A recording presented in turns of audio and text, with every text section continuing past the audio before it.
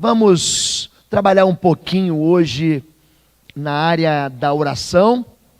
Especificamente, nós vamos falar sobre a intercessão. Você conhece, sabe que a oração ela pode ser um louvor ao Senhor e uma gratidão por aquilo que Ele é e por aquilo que Ele faz. A oração, ele pode ser um momento em que você comunica ao céu, a Deus, um desejo do seu coração, mas eu quero levar você para um lugar onde a Bíblia chama de brecha. Aliás, existe uma doutrina evangélica. Acho tão interessante essas doutrinas evangélicas e não bíblicas, né?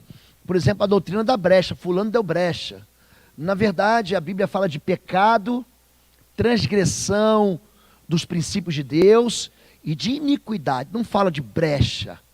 Quando o texto usa o termo brecha, e ele existe em duas passagens bíblicas, uma em 2 Crônicas capítulo 18, quando fala que a flecha do soldado entrou pela brecha da armadura do rei Acabe, e também em Ezequiel capítulo 22, isso, os quase adolescentes já estão indo para o seu culto específico, eu me esqueci, perdão, você está pronto? Vamos orar. Pai querido, nós queremos ouvir a Tua voz essa noite, nós precisamos da direção, porque é o Teu Espírito que nos guia em toda a verdade. Portanto, convence-nos essa noite do pecado, da justiça e do juízo, e leva o nosso coração ao lugar de adoração ao Senhor. Nós pedimos que o Senhor mesmo nos atraia, Senhor Deus, para os Teus pastos verdejantes, para as Tuas águas tranquilas. Tira do nosso coração todo e qualquer impedimento, desentope os nossos ouvidos, desentulha a nossa vida e enche-nos da Tua verdade, que é a Tua palavra de vida eterna, em nome de Jesus. Amém. Amém? Você pode colocar? Ezequiel 22, 23 é um texto conhecido, e eu pensei algumas porções entre o verso 23 e o verso 31, para falar daquilo que Deus diz a respeito de intercessão. Veio a mim a palavra do Senhor dizendo: Filho do homem, dize-lhe a terra de Israel: Tu és terra que não está purificada, que não tem chuva no dia da indignação, conspiração dos seus profetas há no meio dela, os seus sacerdotes transgridem a minha lei, os seus príncipes no meio dela são como lobos, contra o povo da terra praticam extorsão, andam roubando, fazem violência ao aflito e necessitado.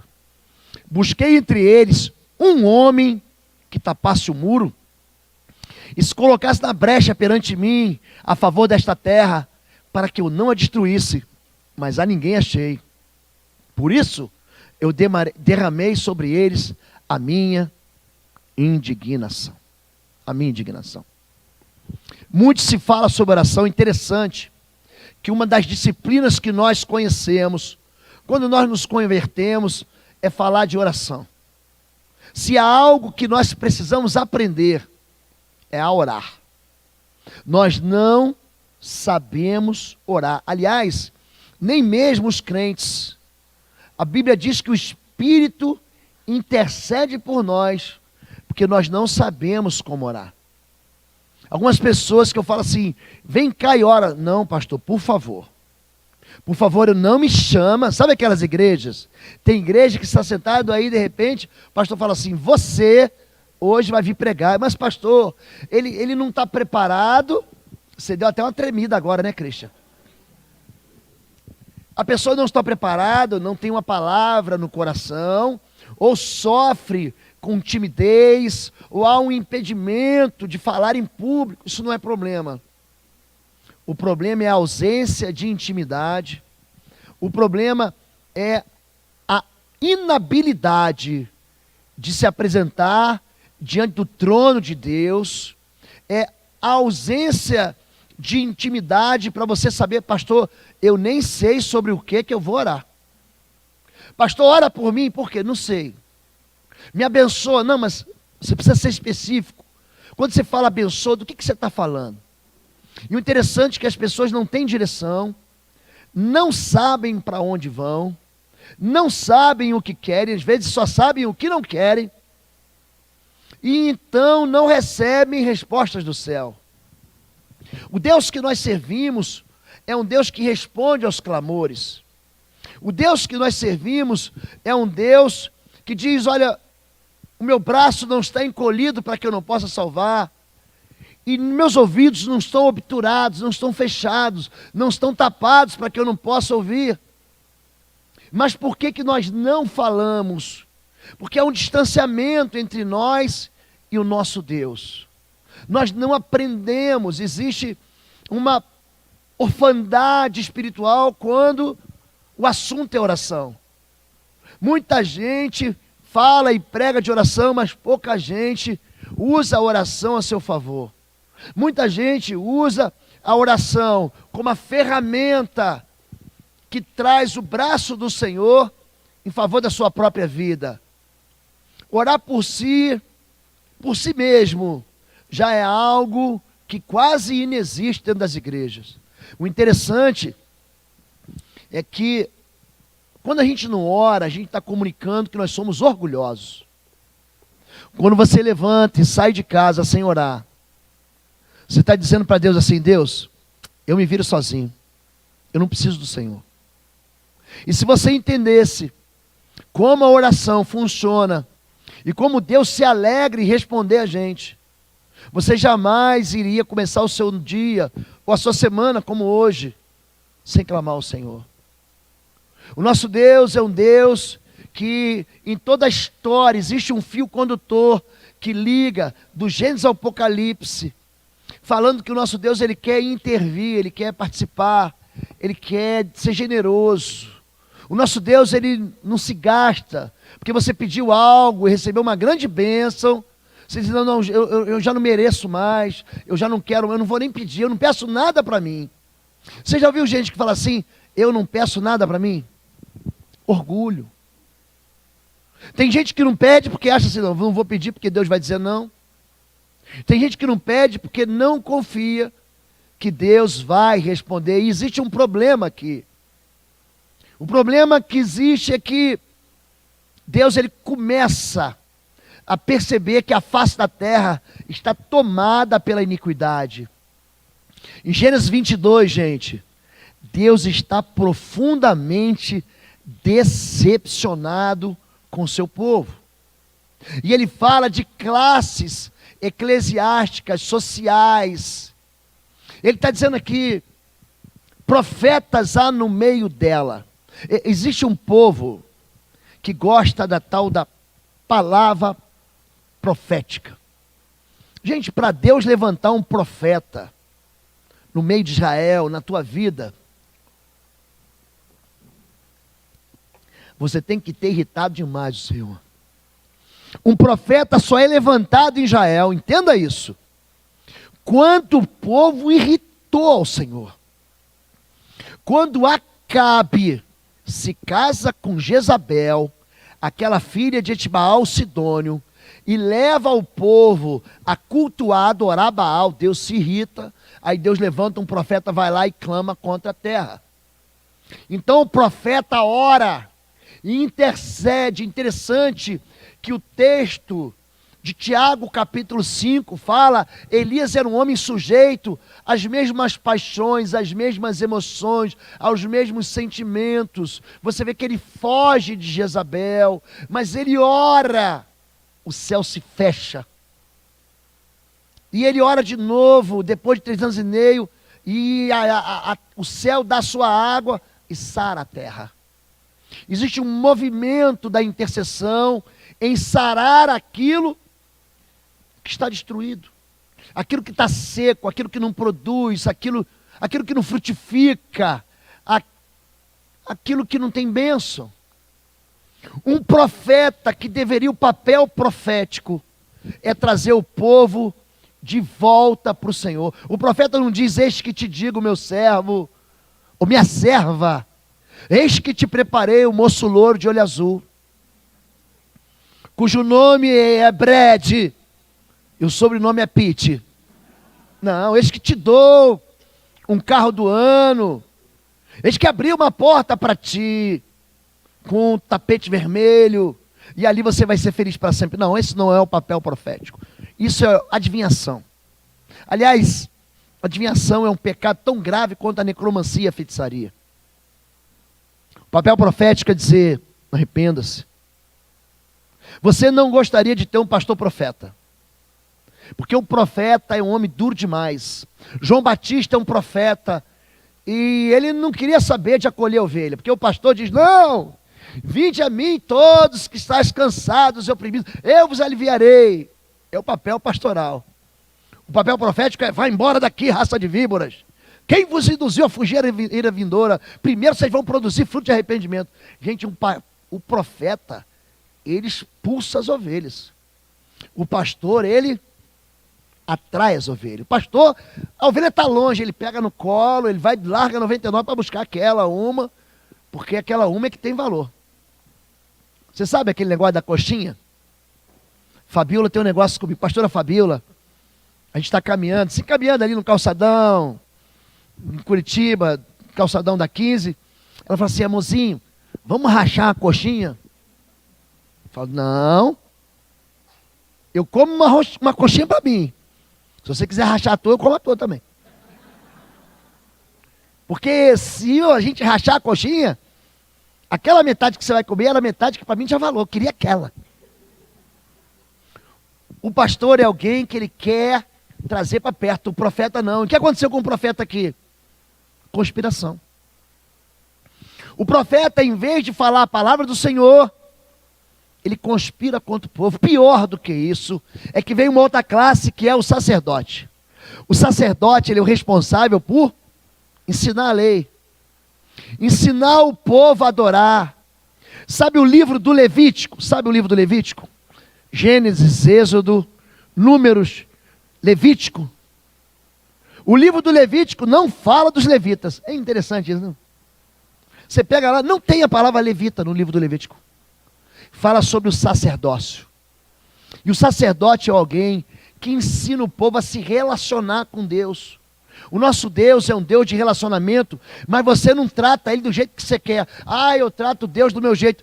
Ele ensina você a se aproximar através do novo e vivo caminho, o caminho do sangue. O que aconteceu com o sacerdote? Ele, em vez de ensinar a lei, ele transgride a lei. Espera aí que o negócio está ruim, mas vai piorar. Porque tem quem? Os príncipes. Quem são os príncipes? Os governadores, os prefeitos, os deputados, os vereadores, o presidente da república. Esse vive como um lobo. O lobo é um animal, só o lobo aqui que é gente boa, porque eu vou te falar.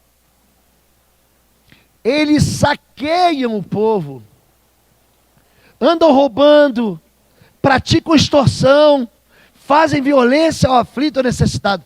Parece que está falando do nosso país, não parece? Parece ou não parece, gente?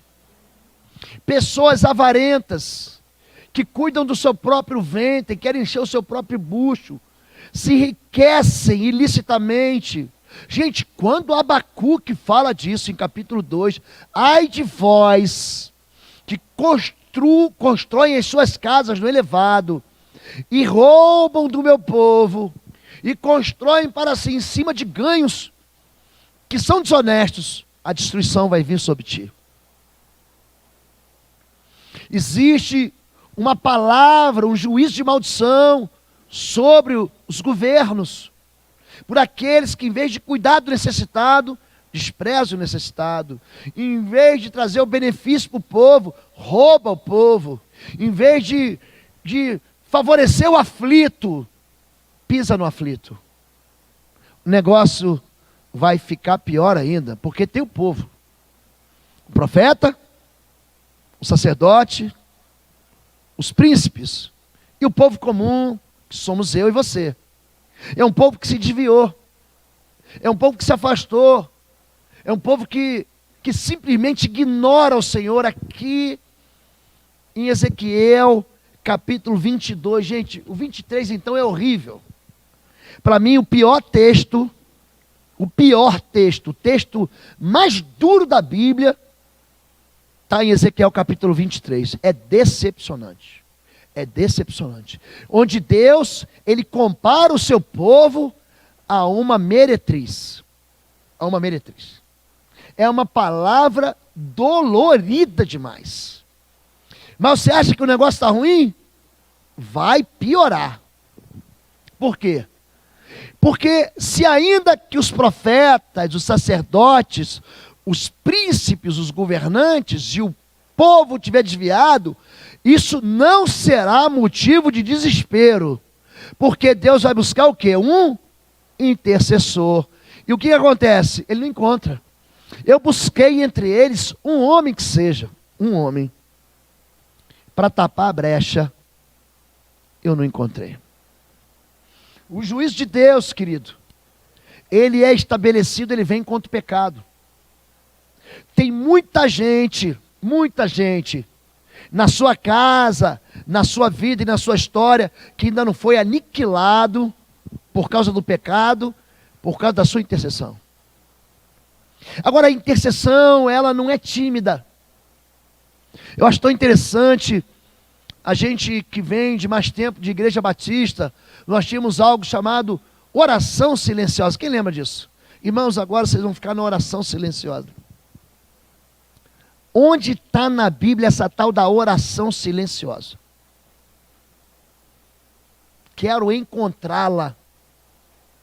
Porque você não vê, você vê que Deus te convida para falar em secreto. Quando você orar, entra no teu quarto em secreto e ora ao Deus em secreto, porque o Deus que vê no secreto te recompensa publicamente, mas em silêncio. É a turma que diz assim, ó, ora em silêncio, porque senão o diabo vai roubar a tua bênção. Já ouviram isso, gente? Alguém já ouviu isso? Isso tem sido propagado no meio do povo de Deus. O povo que devia conversar com Deus é um povo que vive fazendo reza. São orações que são vãs repetições. É gente que não consegue chamar Deus de Pai. É gente que chama Deus de eterno, e Ele é. De altíssimo, Ele é. É Deus que chama, gente que chama Deus do Senhor dos Exércitos, e Ele é. Mas não consegue se aproximar por uma relação de intimidade com o Pai. Não consegue chegar perto e tem medo de Deus. Tem medo de falar com Deus. Quanto mais interceder para os outros. Pastor, eu não oro nem por mim, quanto mais pelos outros. As pessoas estão gemendo. As famílias estão destruídas. Eu queria tanto conversar com algumas pessoas. Queria conversar.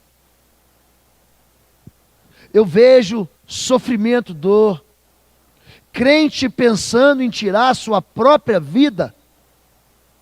Filhos se desviando numa rebelião. Eu fico impressionado com as rebeliões.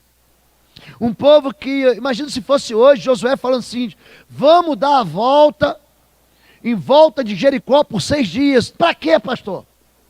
Que besteira, pastor, que bobagem. A gente nunca fez isso. Pessoas que são incapazes de se dobrar. Povo de dura cerviz. Povo que fala assim, eu já sei tudo, e eu não preciso de ninguém, e eu não preciso nem orar. A intercessão, você lembra quando você estudou isso em matemática? Os conjuntos A, o conjunto B, existe uma intercessão entre eles. A intercessão é quando o céu toca a terra, e eu tenho experimentado isso. Eu tenho uma amiga, ela chegou na minha igreja, uma igreja que eu servi, e ela tinha 63 anos. E essa mulher é uma mulher de fé, por quê? Porque ela vinha de uma igreja de corte protestante, mas ela vivia um casamento ilegítimo. Na verdade, ela vivia amaziadamente com um homem.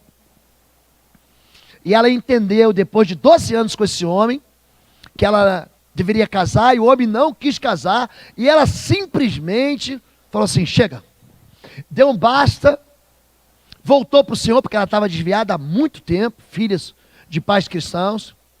E ela chegou na nossa igreja e ela falou assim: pastor, eu gosto do Senhor porque o Senhor enche meu coração de fé. Eu tenho 63 anos e eu quero casar. Eu falei: você tem fé mesmo. Pega a senha e entra na fila, minha irmã. E ela perguntava assim: Deus falou com o senhor, pastor? Quando eu vou casar? Eu falei: falou. Está escrito. Conta esse dia e hora, nem os anjos, nem Jesus, somente o Pai sabe. E essa mulher começou a nos juntar com a gente em oração. Num período, nós tínhamos um tempo de oração toda quinta-feira em que nós ligávamos, concordávamos aqui na terra. Jesus, ele não brinca, em Mateus 16 ele fala: aquilo que você ligar na terra vai afetar o mundo espiritual. Aquilo que você concorda na terra vai mexer com o céu. E nós começamos a orar e a concordar que ela ia casar. Gente, essa moça se casou. E eu me lembro do dia que ela entrou, ela parecia uma menina debutando de 15 anos. Aquele vestidinho, e ela entrou. Gente, está pensando que casou com o primeiro Zé que entrou, passou pela esquina? Eu não estou falando de uma mocinha bonitinha de 20, 30, 40, eu estou falando de uma senhora de 63 anos. Você sabe que as coisas, depois de algum tempo, as coisas vão caindo. Eu não estou falando só de ruga. Gente, essa moça foi uma moça que experimentou o sobrenatural de Deus, porque ela quis crer. Gente, a fé, ela enxerga coisas que os olhos da gente não vê. Fé é certeza daquilo que se espera. É firme fundamento daquilo que os seus olhos não veem a fé. Porque se os seus olhos veem, não existe fé. Eu estou olhando aqui, tem um muro aqui na minha frente, que é a parte da nossa igreja. Eu creio que meu carro está ali, mas eu não vejo, isso é fé. A fé, ela enxerga um futuro possível no meio da impossibilidade. Isaac, ele ora por Jacó, achando que está abençoando Esaú, e ele fala: eu te dou da exuberância da terra, do orvalho do céu, eu te dou do óleo fresco que escorre do trono de Deus, eu te dou a multiplicação. E quando ele fala, ele diz assim: a tua descendência multiplicar-se ao norte e ao sul, a leste e a oeste, os teus filhos serão como ramos da oliveira ao redor da mesa. Se você vê como é que a oliveira, ela se entrelaça. O que significa ramos da oliveira? A oliveira é uma árvore tão perene que você vai hoje no jardim do Getsemane, elas estão lá. São árvores seculares, são árvores milenares. E elas mantêm as suas raízes produzindo fruto a cada ano. A sua esposa será como a videira, que vai produzir o suco da uva, o vinho, que vai alegrar o teu coração. Uma palavra de um homem cego. Isaac estava cego. Mas apesar da cegueira, ele enxergou a vitória do seu filho Jacó, ainda que pensasse que era Esaú, e disse: os teus inimigos virão por um caminho, e por outros 7 fugirão. A intercessão é uma oração que ela penetra no mundo espiritual e ela encontra uma resposta de Deus para a fé. Quando a gente fala que há um drama, quando a gente fala que há uma tragédia, quando não há um intercessor, não sou eu que estou dizendo. É Deus que está dizendo. Eu busquei uma pessoa e não encontrei ninguém. Nós temos nos reunido aqui toda terça-feira de manhã. Você vai encontrar na sua bolsona, na sua frente, um papel de pedido de oração. Sabe por que eu oro por você? Porque eu sei que você foi criado num ambiente de incredulidade. A gente tem muito pouca palavra na igreja, muito pouca. Eu cheguei aqui E era uma mesma mensagem pela manhã e à noite. Eu falei, não, eu preciso alimentar o povo de Deus, porque senão o povo de Deus fraqueja. Gente, um culto por semana é muito pouco. Então eu estou clamando ao Senhor para que a gente tenha pelo menos mais um culto. Não é para te obrigar a vir à igreja, mais um culto. Eu entendo a visão da igreja simples. Você já ora nas tuas células. Mas são orações, gente, que são quase repetições e rezas. Eu preciso que você entenda que existe um local de choro, onde Deus recolhe as tuas lágrimas, um coração quebrantado e contrito, eu não rejeitarei.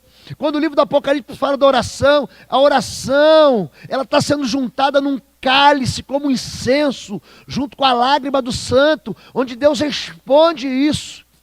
E eu preciso dar para você pelo menos, mais um dia para que você possa vir aqui e falar assim, eu tenho que falar com meu Deus.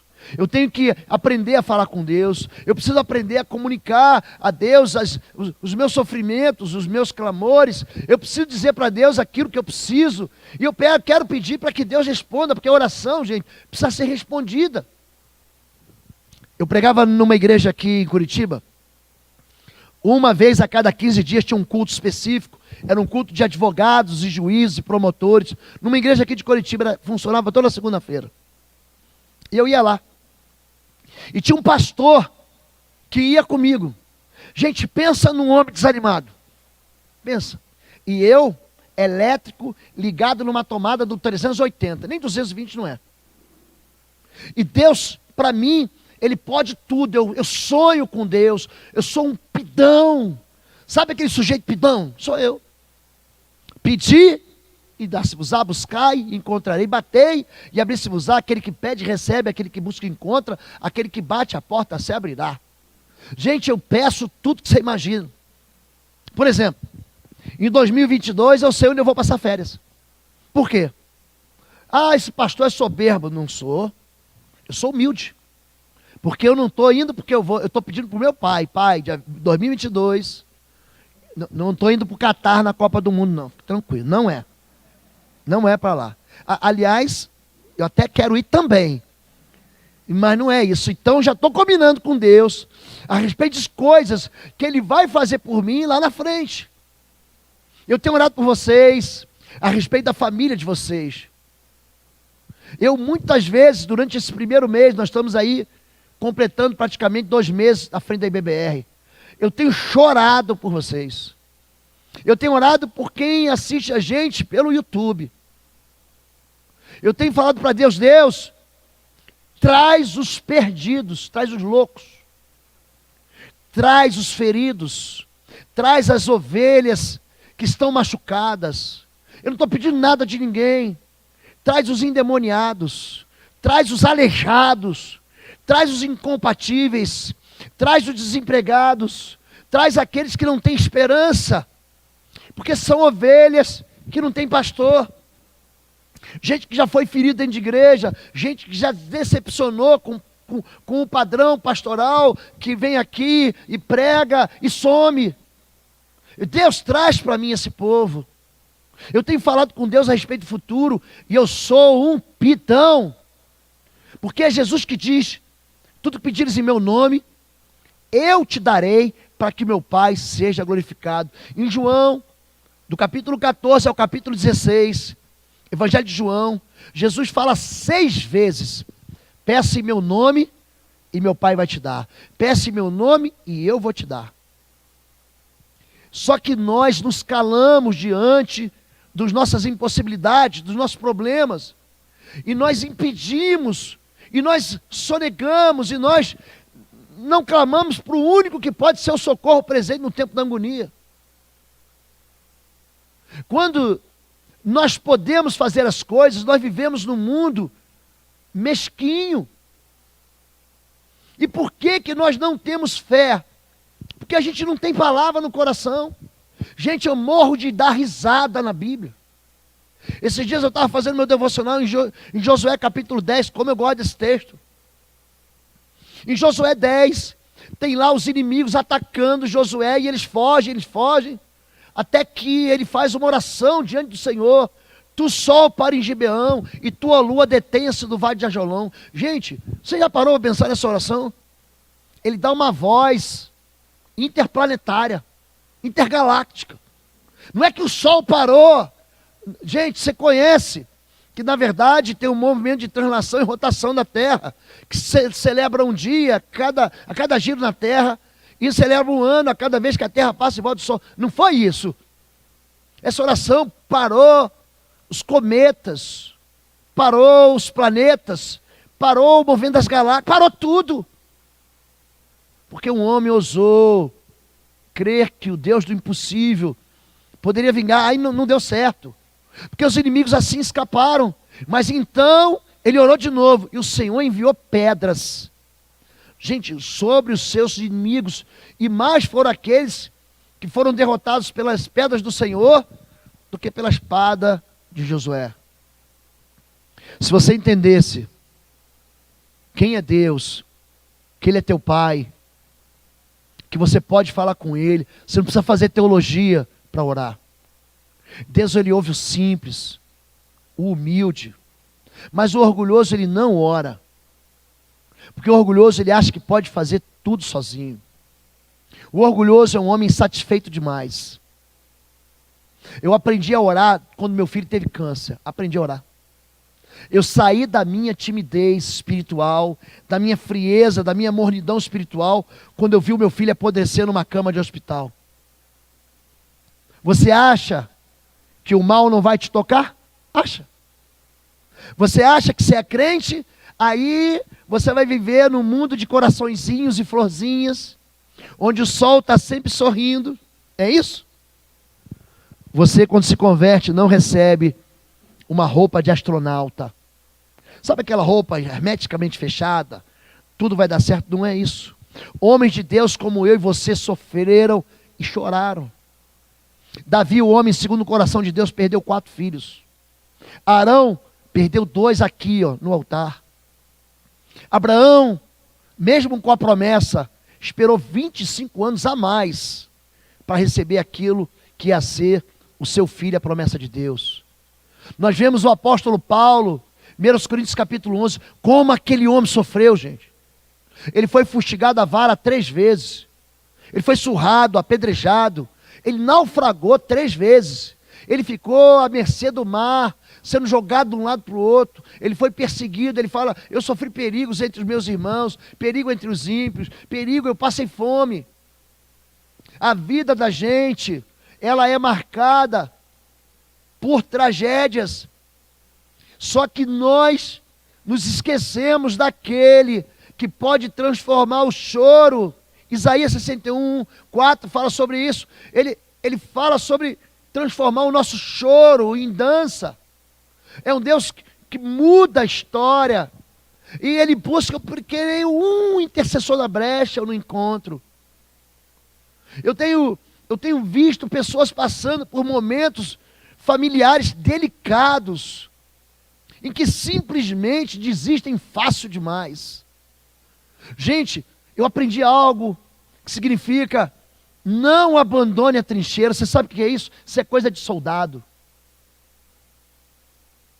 Deixe seu suor no campo de treinamento, para não deixar o seu sangue no campo de batalha. O mundo jaz no maligno, querido.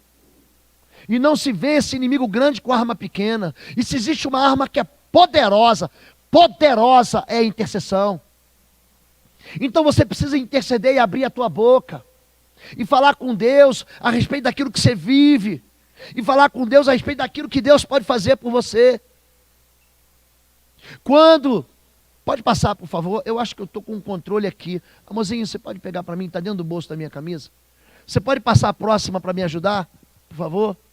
Deus chama intercessores. Vá depressa à grande cidade de Nínive e pregue contra ela, porque sua maldade subiu até minha presença. Sabe qual é o papel do profeta Jonas aqui? Clamar contra o pecado da capital assíria, Nínive, um povo que vivia, um povo que vivia tão afastado de Deus, do princípio de Deus, que se alegrava com o sofrimento dos seus inimigos. E ele clama sem nenhuma compaixão. Gente, imagina a pregação dele. Ainda 40 dias e Nínive será subvertida. E tem mais, hein? Eu vou sentar à sombra da boboreira que eu quero ver o circo pegar fogo. Gente que não tem compaixão. Gente que não tem amor. E o povo se converte. Então, o Senhor disse: esconderei de Abraão, que estou para fazer. As acusações contra Sodoma e Gomorra são tantas. Me ajuda aqui, querido. Isso. Para. Obrigado. As acusações contra Sodoma e Gomorra são tantas. E o seu pecado é tão grave que eu descerei. Olha só, Deus, ele vem ver. Não é possível. Sabe quando você fala assim: ó, você sabe que você deixou aquela tua casa em ordem? Bagunçaram tudo. Não, tem que ir lá para ver.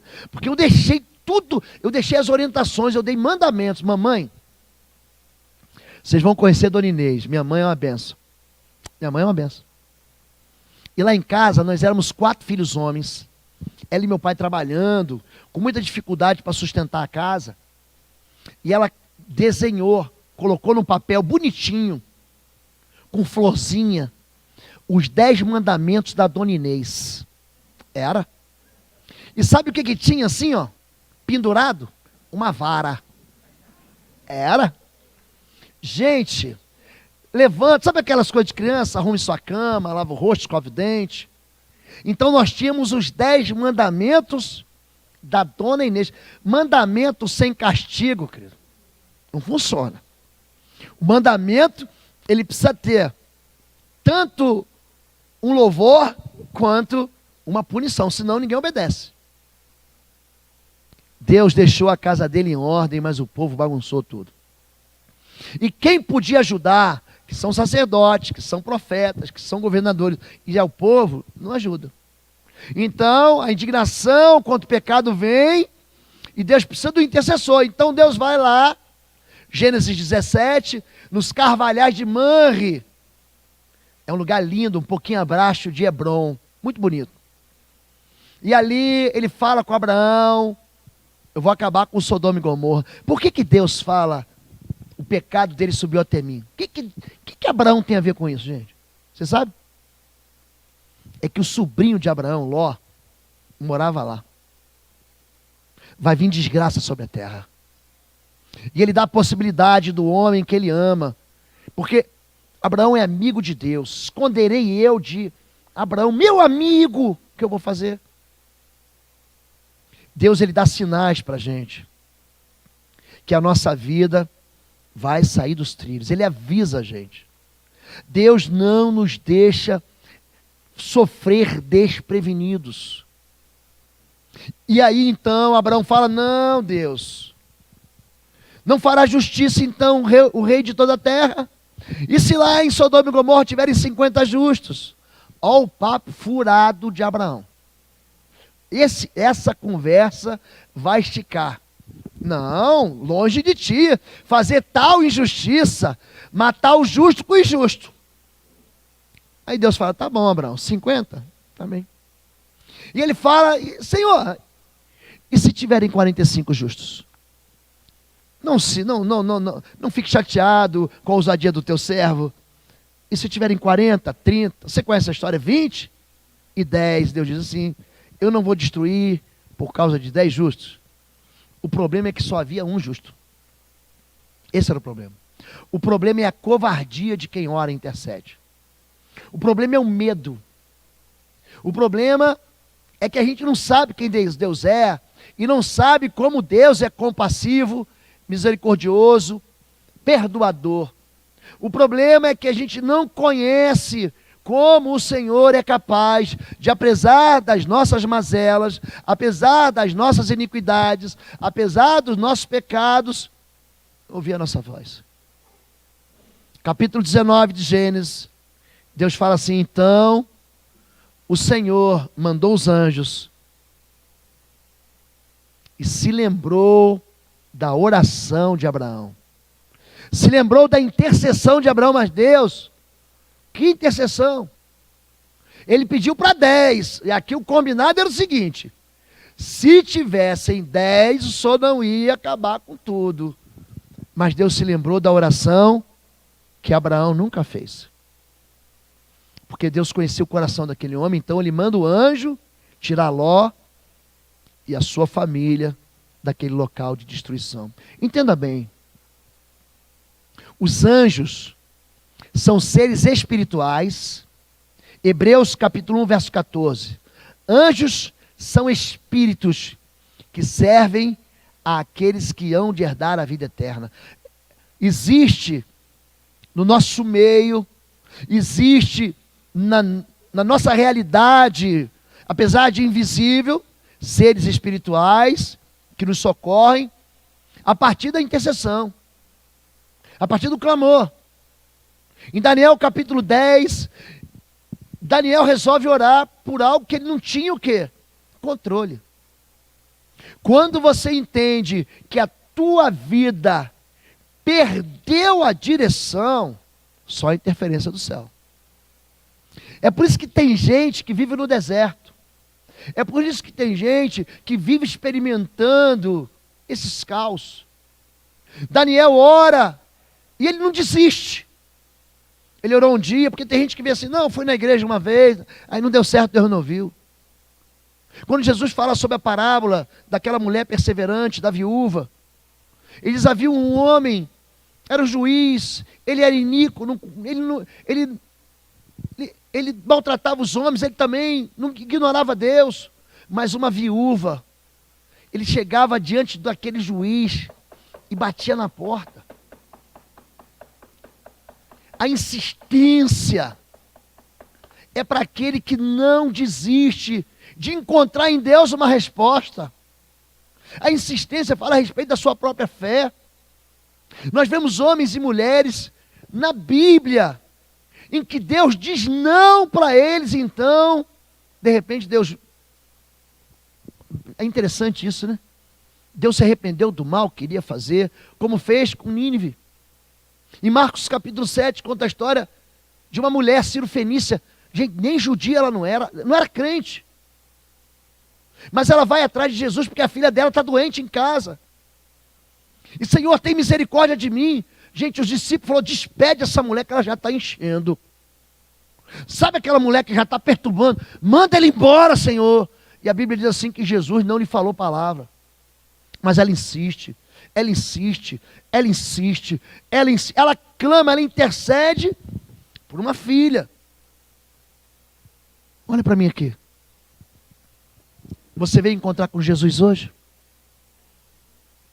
E quem foi que você deixou dentro de casa? Qual foi a doença que você deixou lá dentro de casa? Qual foi o sofrimento que você deixou? Porque essa menina está sofrendo há muito tempo, gente. Essa mãe estava desesperada. Ela ouviu falar de Jesus. O texto de Marcos 7 diz, ouvindo a mulher falar de Jesus, falou assim, opa, existe uma porta de saída, existe uma porta que eu possa bater, e vai abrir, vai me socorrer. Só que a igreja, às vezes, é o primeiro elemento de barreira. Despede ele, despede ela. E outra barreira é a ausência da resposta. Jesus não lhe respondeu palavra. E ela insiste até que chega uma hora que Jesus fala para ela assim, mulher, isso não é para o teu bico. Isso é areia para o teu caminhão, é muita areia para o teu caminhão. Eu não vou te dar, porque não é lícito dar aos cães o pão dos filhos. Isso não é para você. Você já recebeu um não? Já recebeu? Gente que experimenta milagre é gente que não se dá por vencida. Os milagres aconteceram e têm acontecido na minha vida, e vão acontecer e têm acontecido na tua vida, quando você não se dá por vencido. Mas o meu marido, mais a minha esposa e mais o meu filho, clama a mim e responder-te-ei coisas grandes, maravilhosas que tu não sabes. Querido, insiste com o Senhor. Aquela mulher disse, Senhor, eu não estou tomando nada de ninguém. Ela conhece Deus. Tem gente que acha que Deus se gasta. Ah não, já pedi minha casa própria, ganhei. Eu já pedi um carro, um ministério, já ganhei. Não vou pedir mais nada, querido. Deus não se cansa, nem se fadiga. Quando a Bíblia chama Deus de guarda de Israel, ele fala, não dormirás, não cochilarás o guarda de Israel. O teu Deus não vai se cansar de você pedir. Peça e lhe será dado. E ela fala, Senhor, até os cães comem das migalhas. Ela está falando assim, o poder de Deus é tão grande, que uma migalha é capaz de me fartar. Uma migalha é capaz de encher os meus celeiros. Uma migalha é capaz de transbordar a minha vida em alegria. Ele fala, ó mulher. Gente, nem o diabo não conseguiu segurar Jesus. Aquela mulher segurou. Ninguém conseguiu mudar Jesus, mas aquela mulher conseguiu. Mulher, grande é a tua fé. Vai, conforme tu creste, seja feito.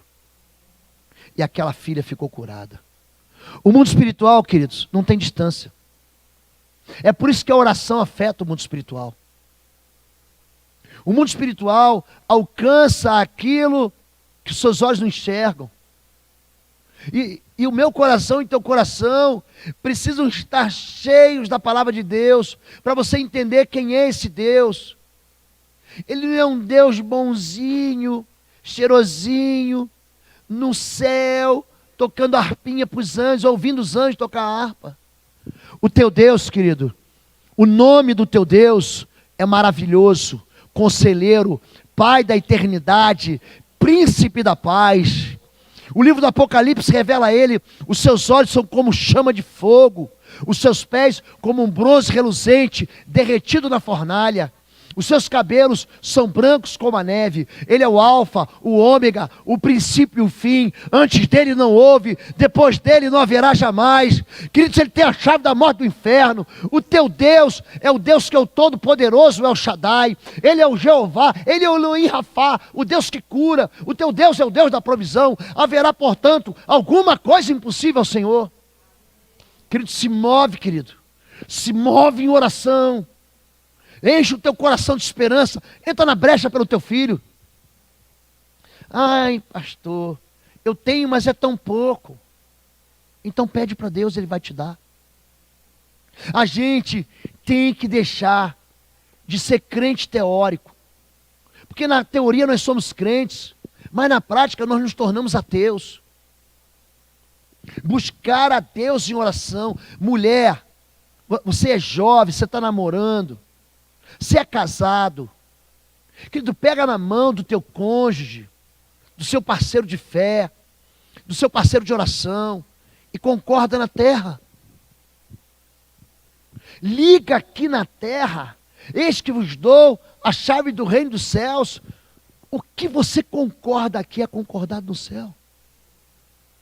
Talvez você esteja vivendo na sua vida uma experiência difícil.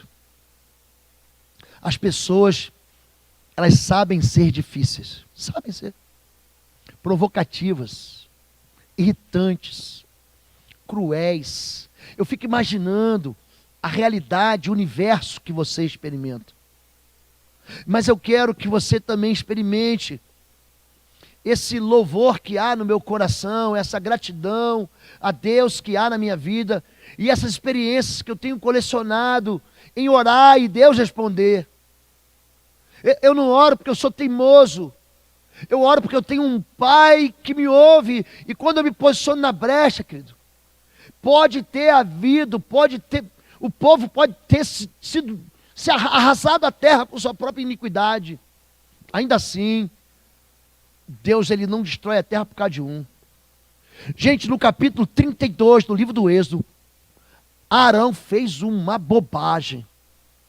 Arão constrói um bezerro de ouro. O povo se desvia depressa demais. E Deus diz assim, o teu povo, Moisés, se desviou depressa demais. Sai. Eu vou destruir esse povo, vou fazer de você uma grande nação. Gente, Moisés, corajosamente, a intercessão é corajosa. Ele entra na frente de Deus e fala assim, não, Senhor, o que vão dizer de ti? Eu vou guardar teu nome agora, Deus. O que vão pensar do Senhor que o Senhor tirou o povo do Egito para matar aqui no deserto? Longe de ti, Senhor. O Senhor não vai fazer isso, não. Ele entra numa intercessão, ele entra numa brecha. O povo, gente, a idolatria é um pecado muito grave, muito sério. É um pecado que é capaz de atingir as gerações que vêm depois de nós. Eu sou Deus zeloso, hein? Não me reduza, não me diminua um ídolo. Não tente me comparar, porque eu sou incomparável. Não faça para ti nenhum ídolo. Aquele povo faz justamente o que Deus falou para não fazer. Mas Moisés entra na brecha e diz: não, Deus. E Deus, então, a ira do Senhor contra o pecado é aplacada. No capítulo 22 do livro do Evangelho de Lucas, Deus fala para Pedro: Pedro, Satanás, veja bem, o pior dos seres, pediu para te cirandar como trigo. Vocês sabem o que é a ciranda? Alguém já viu a ciranda do trigo? Gente, quando você joga, fui pregar na Alemanha no passado, e eu passei por aqueles campos de trigo do sul da Alemanha ali, Baden-Württemberg, Munique, é um lugar lindo. Eles pegam aqueles feixes de trigo e jogam na ciranda. Só sobra o grão. Só sobra o grão. O resto vira feno, o resto vira forragem para o boi comer. Quando você é cirandado, querido, quando você é cirandado, a tua vida fica que nem a de Jó. Você perde tudo. Perde. Você perde até o amor próprio. Você perde a esperança. Jó, ele não amaldiçoou, mas que ele reclamou da vida, querido. Porque ele sabe o que é sofrer. Só que quando ele intercede, veja bem, um homem tomado pela chaga da cabeça até a ponta do pé. Um homem que sofre. Um homem que lamenta a própria vida. Ele reconhece que Deus pode abençoar a vida daqueles 3 e depois mais um 4º amigo. Ele intercede pelos seus amigos. Então, gente, eu gostando desse texto. Então, Deus ouviu a intercessão de Ló. Perdoou seus amigos. E virou, diga, virou o cativeiro. Virou o cativeiro de Ló. Gente, vira de Jó, perdão. Ainda bem que vocês estão aí para me ajudar. Eu estava vendo que vocês estavam atentos. Ele vira o cativeiro de Jó. E naquele momento, a história de Jó ela termina melhor do que começa. A intercessão, querido, é um presente que Deus dá para mim e para você. A intercessão fala a respeito das possibilidades de Deus, da gente viver o sobrenatural. Não viva no lugar da mornidão. Ore com vontade. Eu estava falando desse pastor amigo meu, é meu amigo. Ele é tão desanimado, que ele fala assim: pastor, eu vou orar por você. Eu falo: não, obrigado, não ora, não quero que você ore. Ele é desanimado mesmo, sabe aquela pessoa que é desanimada? Desanimado mesmo. Tudo para ele é um exagero. Para que tudo isso, pastor? Ele, certa vez, ele estava passando por um processo muito difícil. Eu falei: e aí, irmão? Comecei a orar com ele, comecei a clamar com ele, começamos a nos tornar parceiros de oração. E aí eu reencontrei com ele numa segunda-feira. Eu falei: pastor, e aí? Já está vendo a luz no final do túnel? Ele: estou vendo, pastor. Mas deve ser um trem que está vindo para me pegar. É gente que não consegue entender que Deus quer o bem para a gente. Eles querem derramar sobre nós uma resposta que vai não só facilitar a minha vida, mas vai trazer para a minha vida as bênçãos do Senhor. Deixa eu encerrar aqui, porque eu gosto de encerrar na hora. Eu quero convidar você a clamar. Eu quero convidar você a sair do lugar do silêncio. Eu quero convidar você, a você na sua casa, fazer as suas listas de impossíveis. Eu quero convidar você a se mover em fé. Eu quero convidar você a sonhar. Eu quero convidar você a fazer planos com o Senhor. Eu quero convidar você a fazer projetos em que Deus vai colocar a boa mão dele sobre eles. Eu quero convidar você, gente, a abrir no seu coração uma caixa de possibilidades, onde Deus pode agir em seu favor. Você quer isso, querido? Vamos ficar em pé em nome de Jesus. Vamos ficar em pé em nome de Jesus.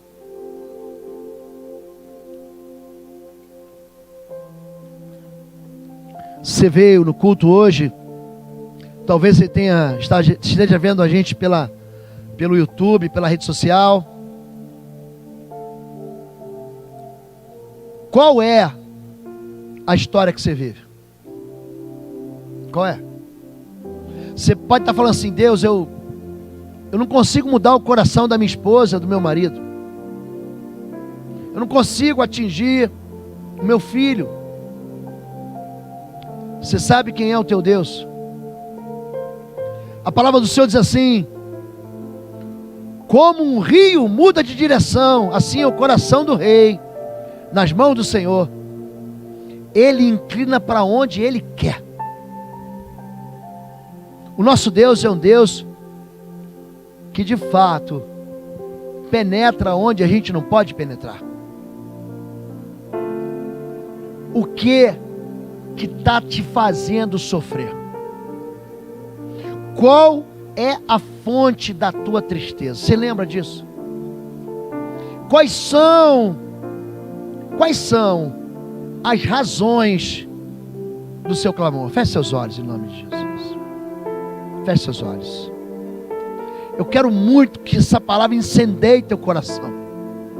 Eu orei a Deus para que Deus trouxesse fogo do altar sobre sua vida, para que as suas orações, como diz o Salmo 103, subam como um incenso diante do Senhor, como incenso queimado.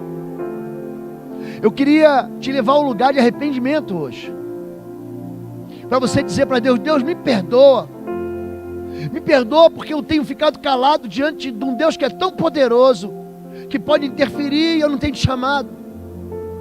Eu quero pedir perdão pela oração sem fogo no altar. Eu quero pedir perdão ao Senhor, Pai, pela minha frieza, pela minha incredulidade. Mas eu também queria levar você a um local de entendimento, que o Deus de ontem, que ouviu a oração de Moisés, que ouviu a intercessão de Abraão pelo seu sobrinho Ló, que ouviu a oração de Josafá, perseguido pelos inimigos de Moabe, Amon e habitantes de Seir, um Deus que responde e que tira de nós as ameaças. Você quer clamar ao Senhor? Eu vou orar por você hoje. Há uma impossibilidade na sua vida? Feche seus olhos. Se você quer pedir para Deus operar na impossibilidade, só levante sua mão. Eu tenho uma impossibilidade. Eu vou orar por você. Deus abençoe vocês, todos vocês. Eu tenho uma impossibilidade. Levante sua mão. Pode ser uma enfermidade, uma questão financeira crônica, uma questão familiar insolúvel. Você está vivendo um momento onde você não consegue se livrar do pecado que jaz à sua porta. Você está experimentando uma história familiar de tristeza. Você quer a interferência de Deus? Levante sua mão. Eu quero. Deus abençoe todos vocês. Pode baixar sua mão. Pode baixar. Número 2. A intercessão, ela é corajosa. E eu queria muito que você não tivesse medo de pedir ao Senhor aquilo que enche teu coração de alegria.